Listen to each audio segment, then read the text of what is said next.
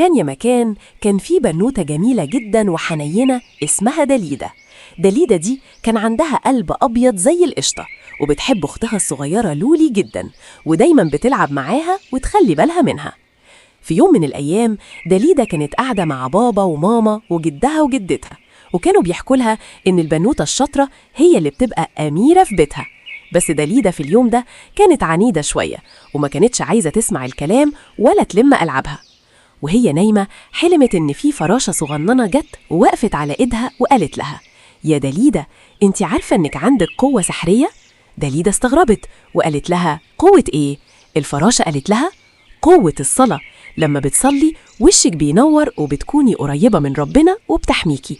قوة المذاكرة، لما بتفتحي كتابك عقلك بيكبر وبتبقي أذكى واحدة في الدنيا. قوة الحب، لما بتسمعي كلام ماما وبابا بيتهم بيبقى كله سعادة وبركة. الفراشة قالت لها: يا دليدة، لو بطلتي عناد وبقيتي بتسمعي الكلام من أول مرة، القوة دي هتكبر وهتخليكي بطلة حقيقية في عيون الكل.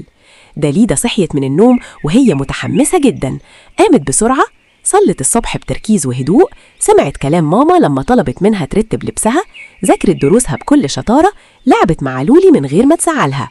لما بابا وماما وجد وتيتا شافوا دليدة الشاطرة فرحوا بيها جدا، وجابوا لها مكافأة كبيرة وقالوا لها: احنا فخورين بيكي يا دليدة، انت فعلا الأميرة الحنينة اللي بتنور حياتنا.